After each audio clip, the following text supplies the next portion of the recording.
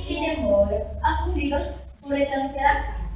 O pato olhava tudo com os olhos arregalados. Procura aqui, procura lá, e não. Dentro da minha almofada, tomando banho na banheira, na cozinha, dentro da minha geladeira. As formigas já estavam quase desistindo de achar o Tomute, quando no cantinho escuro debaixo da escada encontraram uma caixinha de fósforo abandonada.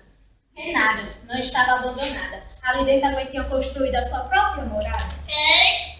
Era o bicho, autor de toda aquela algazarra.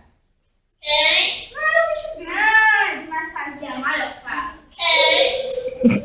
E agora a charada de vocês? Que bicho que era? Adivinha de uma vez?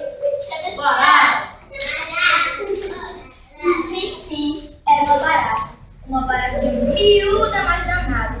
Com aquela baita voz, no fim era um bicho feio. Mas não era um bicho feio.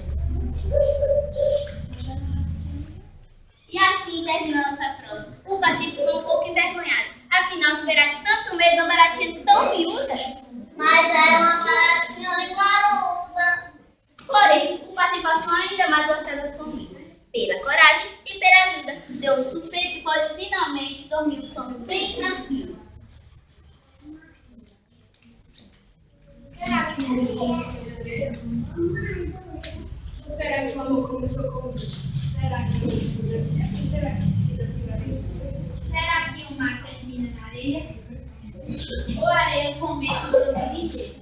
Aí o mistério chegou até mim. Será que o mundo tem começo, meio e fim?